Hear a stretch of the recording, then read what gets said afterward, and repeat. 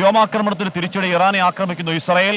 ഇറാനിലെ ഇസ്ഫഹാൻ പ്രവിശ്യയിലാണ് ആക്രമണം. നിരവധി നഗരങ്ങളിലെ വിമാന സർവീസുകൾ ഇറാൻ റദ്ദാക്കി എന്നുള്ളതാണ് അറിയാൻ കഴിയുന്നത്. മധു കൊട്ടാരക്കര വാർത്തയുടെ വിവരങ്ങളുമായി ചേർന്നുണ്ട് ന്യൂജേഴ്സിയിൽ നിന്നും. മധു, അപ്പോ 1-1 എന്ന സ്കോർ ബോർഡിൽ സമാധാനം പുലരുമെന്ന് കരുതിയവർക്ക് തെറ്റി, വീണ്ടും രണ്ടാമതല്ലേ?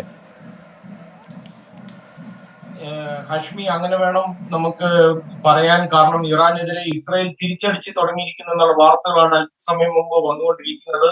ഇറാനിലെ ഇസ്ഫഹാൻ പ്രവിശ്യയിലാണ് ഇപ്പോൾ ഇസ്രായേൽ ഈ ആക്രമണം നടത്തിയിരിക്കുന്നത്. സൈനിക കേന്ദ്രമടക്കം സ്ഥിതി ചെയ്യുന്ന ഒരു നഗരമാണ് ഇസ്ഫഹാൻ. ഹാഷ്മി, ഇവിടെ ശ്രദ്ധിക്കേണ്ടത് ഇറാന്റെ പ്രധാന ആണവ നിലയങ്ങളായ നേതൻസ് ഉൾപ്പെടെ നിരവധി ന്യൂക്ലിയർ സൈറ്റുകൾ സ്ഥിതി ചെയ്യുന്ന ഒരു പ്രദേശം കൂടിയാണ് ഈ മേഖല. ഇസ്രായേലിന്റെ ഡ്രോൺ ആക്രമണമാണ് ഇപ്പോൾ നടന്നിരിക്കുന്നതെന്നാണ് റിപ്പോർട്ടുകൾ ലഭിക്കുന്നത്. ഇസ്ഫഹാൻ വിമാനത്താവളത്തിന് സമീപം സ്ഫോടനം നടന്നതായിട്ടുള്ള വാർത്തകളുമുണ്ട്. സൈനിക കേന്ദ്രത്തിന്റെ വടക്ക് പടിഞ്ഞാറ് ഭാഗത്ത് 3 സ്ഫോടനങ്ങൾ കേട്ടതായി ദൃക്സാക്ഷികൾ പറയുന്നുണ്ട്.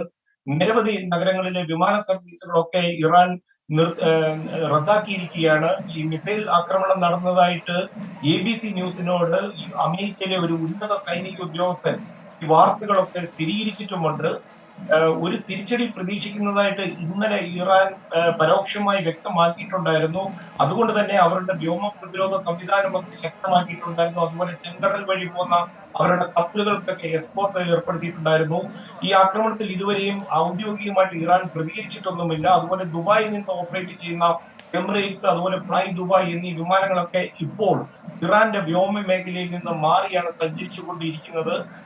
സിറിയയിലും ഇറാഖിലും ആക്രമണം നടന്നതായിട്ടുള്ള വാർത്തകൾ വരുന്നുണ്ട്. എന്നാൽ ഇതിന് ഇപ്പോഴൊരു സ്ഥിരീകരണം വന്നിട്ടില്ല. ഹാഷ്മി, മധു കൊട്ടാരക്കരയാണ് വിവരങ്ങൾ നൽകിയത്.